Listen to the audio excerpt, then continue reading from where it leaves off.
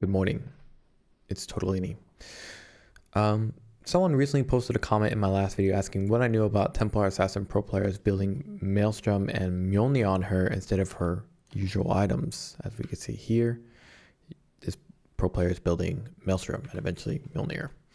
And I thought that was an interesting subject, but maybe one that I think you guys will probably know the answer for, or will be fairly obvious once explained.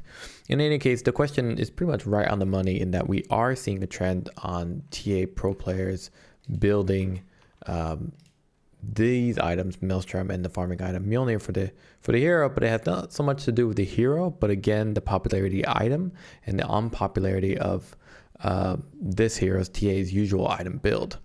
Nonetheless, when we check Dota 2 Pro Tracker, we can see exactly some popularity in Maelstrom. And then if we check also on Team Liquid for Bet Boom, we can also see they also opted for this build.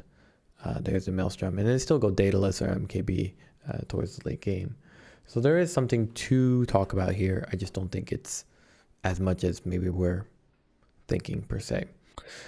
Anyway, now I'm sure most of you understand that Templar Assassin's usual build usually involves Desolator, Dragonlance, Blink, and that build is still commonly played among top players.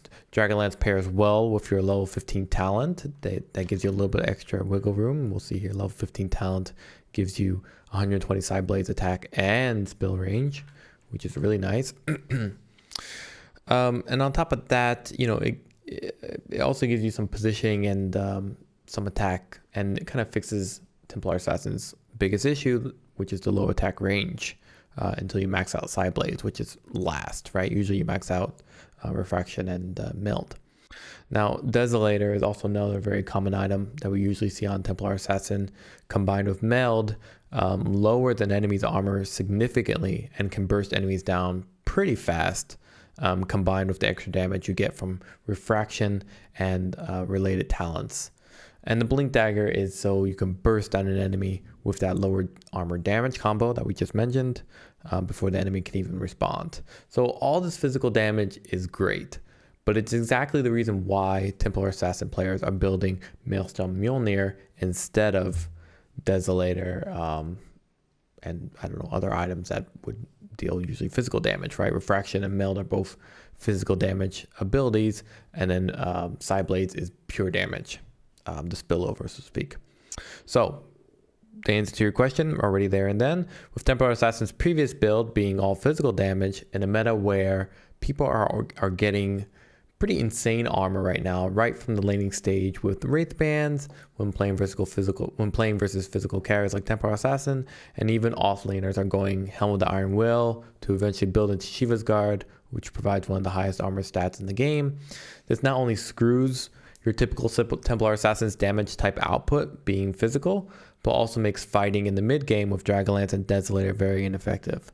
So to put it simply, Maelstrom is just an alternative path to deal a variety of good damage from the mid game to the late game, albeit takes a little bit longer than your Desolator Blink build that you would have in mind. So to repeat that, since Templar Assassin actually farms very well thanks to side blades dealing pure damage, refraction giving you bonus early damage on, and psionic trap giving you vision to watch for ganks when she jungles, Templar Assassin can easily opt for Maelstrom, which now gives attack speed, before it did not, and aim for power and timing to be at Mjolnir, which is slightly a bit later than Desolator, but it deals magic damage to enemies, mixed with her physical damage output with meld and refraction, both dealing bonus physical damage, as well as the armor reduction, and then side blades doing pure damage. So this effectively shifts Templar Assassin from a physically attacking burst hero to a right-click consistent range carry player with a multitude of different damage output at a respectable range of about 700 with her level 15 talent and Dragonlance. 700 is pretty good. For comparison, Medusa is about 750 attack range with Dragonlance. So those two heroes, you would think they're not that close, but they're fairly close, right? In terms of attack range. So Templar Assassin, she still plays the same way as before, but now with a bit more consistency in output post Blink Meld, and with an increase in range thanks to patch 7.35, giving her a bit more range with side blades. Her late game itemization is still as diverse as you want it to be, right? Templar Assassin players build Disperser, they build MKB, they build Daedalus, they build Hurricane Pike. These are all items you can consider to either lean towards more physical damage or magic, depending who you're fighting against. So really the hero late game is perfectly fine. It's that mid-game transition or mid-game damage output where you actually want to deal damage once you have the timing of Blink and let's say Maelstrom or Desolator. That needs to be adjusted depending on who you're playing up against.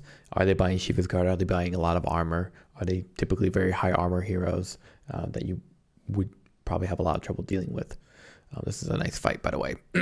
So, what are the ramifications of this? Well, until we see Shiva's Guard and Maelstrom become less of a desire for both the enemy as well as for allied carries like Templar Assassin, we're likely to see more and more players consider alternate paths for damage output and less popularity for heroes that can only have really one type of output. For example, a hero like Ursa isn't very good this meta because he's all physical damage and he's easily kited when people use Shiva's Guard. Now, another example is PA. I just put out a tutorial for her. It's not going very well because nobody plays that hero, unfortunately.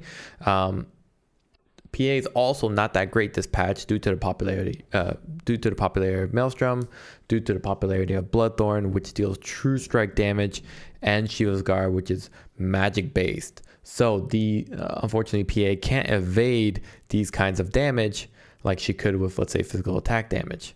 Her low health is really insufficient to withstand that kind of output, and since she relies on critical hits from her ultimate, coup de grace, she also deals significantly less damage when your targets are all walking around with Shiva's Guard. So, not only does items like Maelstrom and Shiva's Guard provide key offensive values from farming to fighting, it also deters certain heroes from being drafted, like PA, like Ursa building a Battle Fury, which is, again, more physical damage. So, simple video to summarize. Templar Assassin going Maelstrom is more of an indication of this meta's popularity in items than any sort of synergy between her abilities kit that you would typically expect as an explanation to this trend. Until next patch, then the direction of hero drafts as well as item builds for heroes will continue to be dictated by the popularity of items like Shiva's Guard, Mage Slayer, and Maelstrom. Pretty simple explanation, right? If only I could articulate it better. Anyway, that should be it. Thanks for watching, and thanks for submitting an interesting question about Templar Assassin. Please let people know I make these videos and continue to share these videos to raise awareness. Right now, I'm pumping out about 2 to 3 videos a week, plus updating guides and rewriting every single item and ability tooltip. So your help and support would be really appreciated. I'll catch you guys next time, and thanks again, and have a good morning.